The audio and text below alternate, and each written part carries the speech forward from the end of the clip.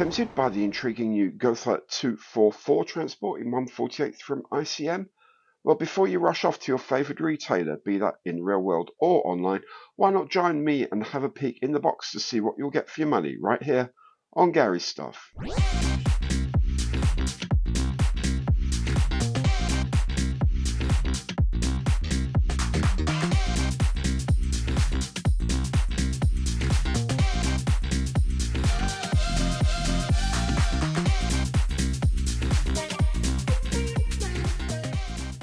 Hi, I'm Gary and welcome to this peek in the box of the new Gotha 244B transport aircraft in 1/48 scale from ICM. Now this kit was sent to me by ICM as a review sample, but they, like you, just want an honest opinion of it, and that's what they, like you, are going to get. If you like the video, you can support the channel for free by giving it a thumbs up on the like button and by subscribing to the channel. Hit the bell to be notified of all my future content. Links to other ways to support the channel are in the information box below.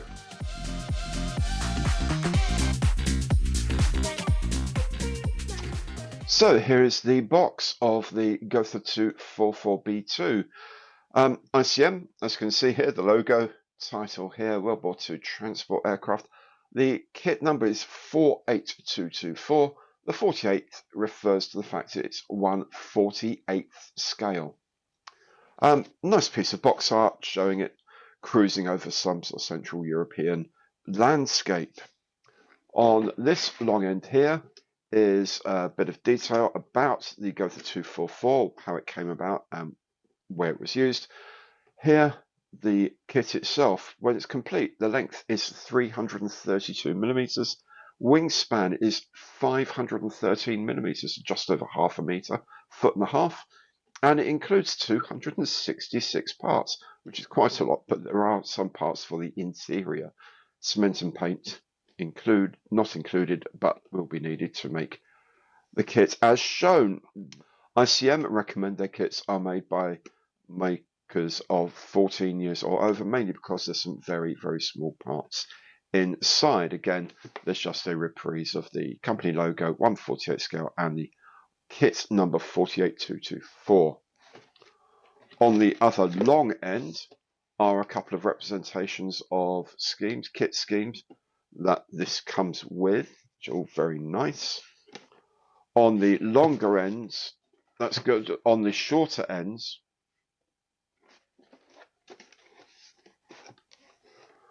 are a couple of representations of schemes that the kit comes in. They're actually very, very similar. I guess this one's just got some different logo work here and slightly different numbers. Otherwise, they're very, very similar. On this short end here is just a reprise of the box art and the model number, name and description here. And on the other short end, the same thing, but in vertical format. When the kit is on its side on a shelf, you can read it without having to bend your head to one side, which is quite useful. Anyway, that's the box itself. Let's have a look at what you get inside for your money. As usual with ICM, the box top slides off like so, and then there's a hinged panel to let you have a look at what's inside. Here we have the instruction sheet, and I guess somewhere around here there's a decal sheet. Indeed there is. A decal sheet tends to be tucked into the instructions. With ICM, we'll have a look at those in a minute. And then there's a couple of large cellophane bags with parts in. One of them includes another cellophane bag, you can just see here, with the clear parts in as well. We'll have a look at those in a moment. And as always nowadays with ICM, there's a little promotional thing about their acrylic paints. I have to say their acrylic paints I've used so far, generally speaking, have been very good. So we'll have a look at all these different bits in more detail now. On this general frame, it is, I guess it's frame A, but it seems to be split into A1, A2 and A3 for not much reason, because it's all still one part. Anyway, A1 is this wing section A2 is this wing section. They're both tops of the wings, I believe. A3 has the fuselage sides and maybe, I don't know what these are, whether they're flaps or whether they're, oh no, it's probably the tail, the horizontal stabilizer tail parts here and here. And these are the two front ends of the fuselage. Similarly, frame B is split into wing sections, the two lower halves of the wings this time. The B4 here is the base of the fuselage. I think, or is it the top? Don't know if it's the bottom or the top yet. I suspect it's actually the top. This looks more like the bottom of the fuselage area. The rear fuselage area here with the bottom here as well. So it's essentially frame B. Frame C is here with the bottom of most of the fuselage here, I guess, the tail booms. So I think these are interior flooring, and these are the elevator sections as well. Frame D has some flaps and ailerons, has the rudders, and various other bits and pieces from around the aircraft. Frame E has the internal framing. There's a lot of framework goes on the inside of here because it is a largely fabric covered thing. If you're going to have the tail or the side doors open, you're going to need to see the framing, and they provide all the framing for you. There's also bits of the front cockpit as well. Frame F1 includes more bits of framework here and the main undercarriage legs and wheels. Frame G is here, and there are two of them. These include all the interior seat fittings. There's a lot of seating, some defensive guns, wheels, and bits of control horns as well here. But there are two of these in the pack. Frame J includes the engine nacelles, extra instruments here, I guess, because this is a powered aircraft. They've got more instruments than the glider had, and of course, the propellers are here as well. And finally, for the grey plastic, there's two frame Ks. Each one is for a complete engine, so you have engine components, feed lines, exhaust pipes, and so on, and of course, the front part of the nacelles. There's one for each side of the aircraft. And finally, frame H is actually the transparent frame. As you can see, lots of glass here to cover. There are already third-party paint masks available as well if you don't fancy masking these yourself.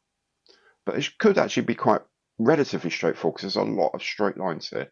So it could be relatively straightforward to do your own, but there are mask sets available. The plastic is well molded. It looks nice. You can see the sort of indentations from the sort of fabric on the stringers, on the frames, on the wings rather, the ribs, whatever you call them.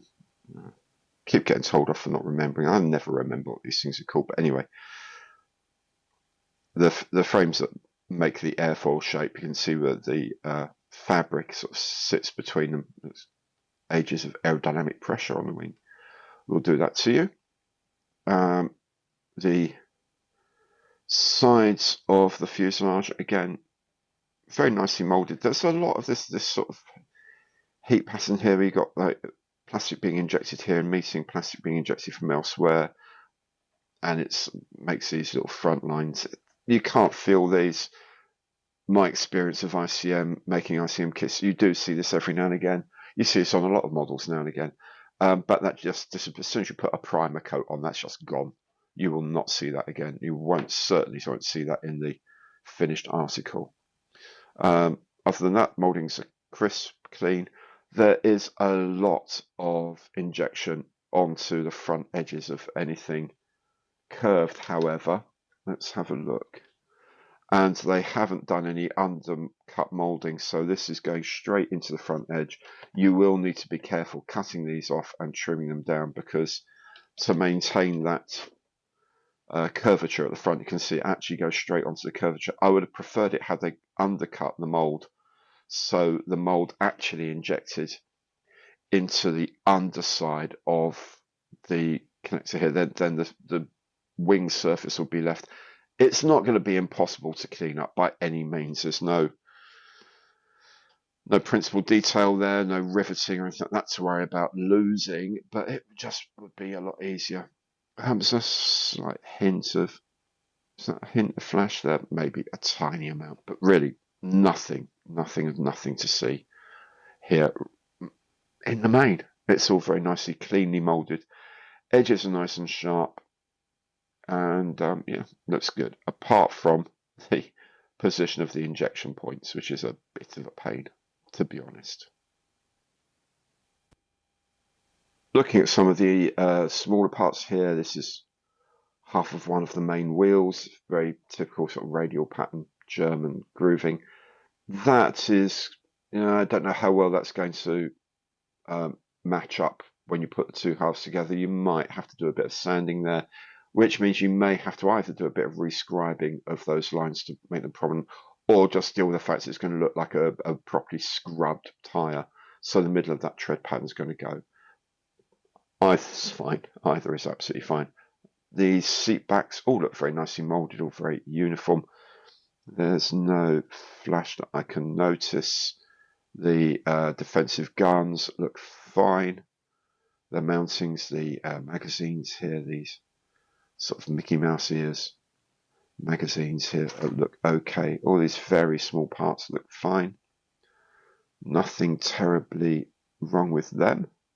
Even the very, very smallest parts over here look okay, nice and cleanly molded. There's going to be a pain to take off and then clean up that little bit between the two joints, but yeah. As ICM always say, their kits are not made for beginners. This part here, which is like a support for the seats, that's going to be a challenge to get that off. So I suspect what we'll do is we'll just trim everything at the junction with the outer part of the frame, and then trim them down here and sand them finally. So we don't put any undue stress on any part of that. Likewise, this long support beam here will just take that off the frame bit by bit, and maybe just cut between frames to this part of the frame here, just to relieve the tension in there when we take them off, so we don't do any damage. All the seat backs are there as well. So generally speaking, the smaller parts look very nice, very well modelled, and okay, all the cooling holes are there on the barrel of the gun, so you can bring that out with a bit of dry brushing maybe, or with some panel line wash or something like that.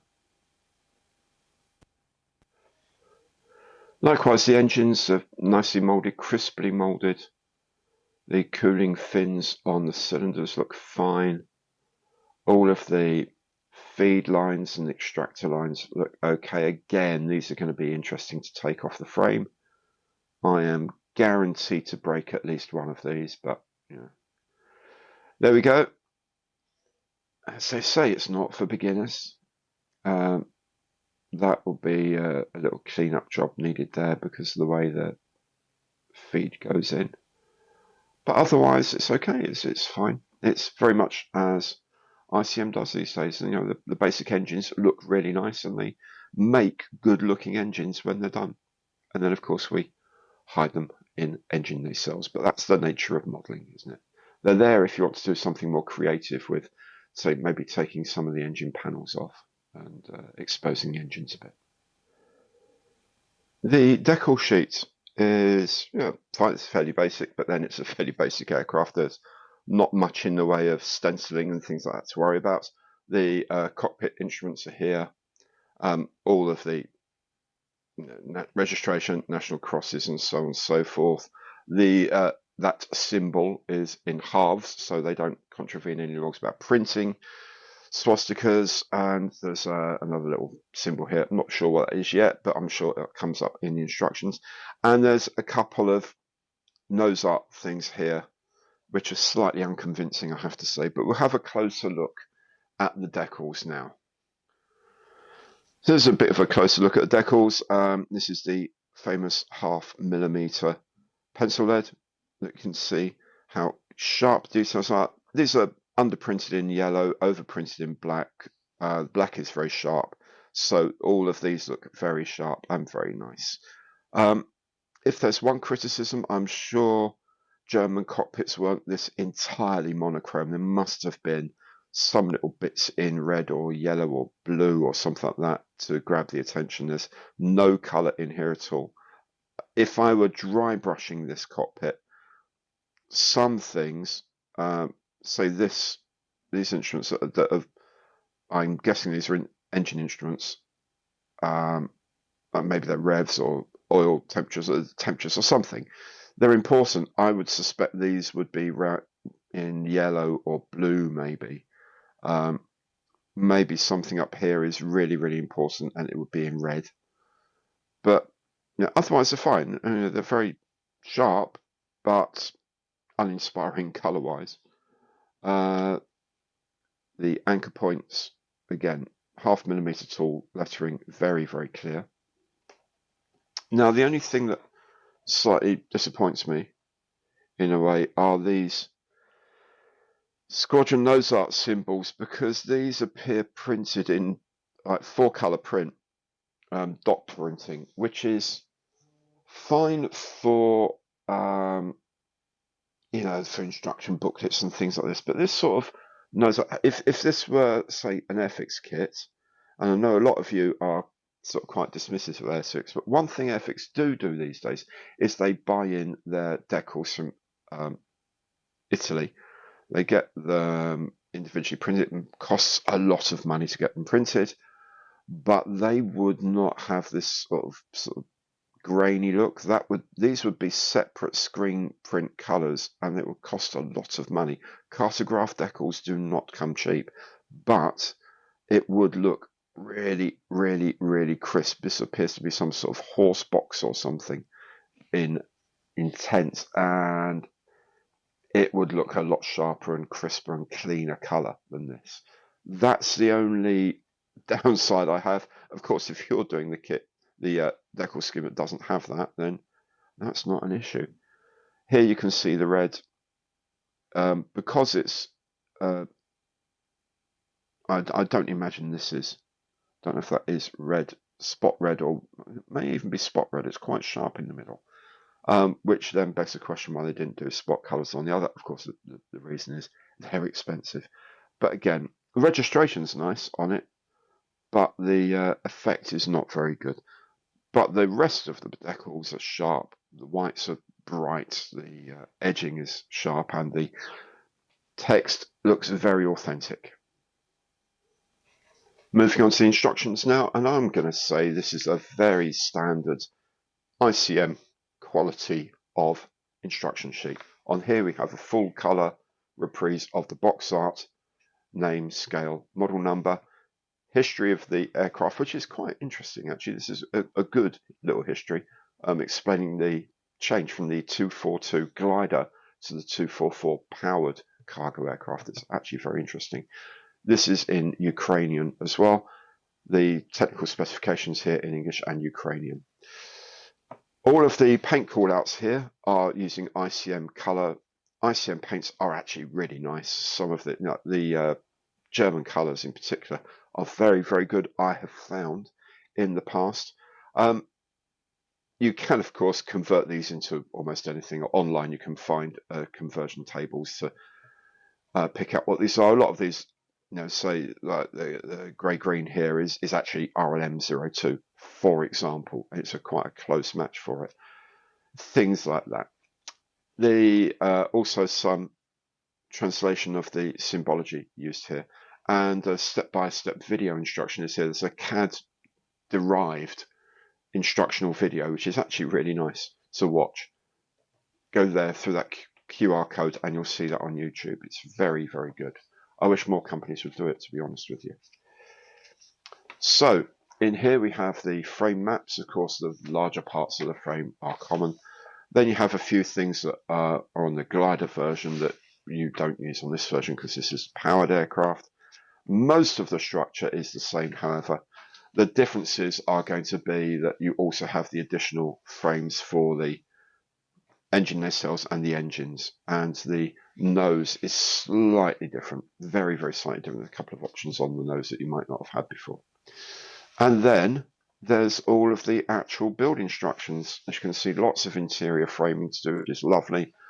Seats in there because it is partly designed as a troop carrier or a cargo carrier. You put the seats up if you're using cargo. More interior framing and so on and so forth. As usual with ICM instructions, they are pretty straightforward and fairly well designed. It's not that often I look at something and think, I can't see how that part goes into that part at all. You can, of course, have the rear door open on this kit, which is brilliant. I think that's a really nice touch, especially if you're doing sort of dioramas. That makes a nice thing to do. And then the engines, as we've mentioned before, quite comprehensive, and the undercarriage. So it goes together pretty well. Here we have the mask templates. If you want to cut your own masks and use these templates, you can. I am struggling to figure out how these work, so I don't bother. You could put sort of semi-transparent tape over them and cut around them and sort of mark them up yourself and then fit them according to this. Do you know what? It's so much easier just to get a pre-cut set from a third party, frankly. And then you have two schemes that are supplied. The markings are supplied. This dark grey, mid-grey splinter scheme, mottling on the sides, and of course light blue underneath. Is that RLM 76 or something like that? I think. I can't remember which it is. Pretty much the same for the other marking as well. Yellow wingtips on the undersides as well, and gun emplacements here and there and everywhere, which is lovely. So that's a very nice set of instructions. So there it is. If you've enjoyed the video, please let me know by giving it the imperial thumbs up on the like button below. And to support the channel at no cost to you, make sure you've subscribed. Thank you so very much for watching, and I hope to see you again very soon.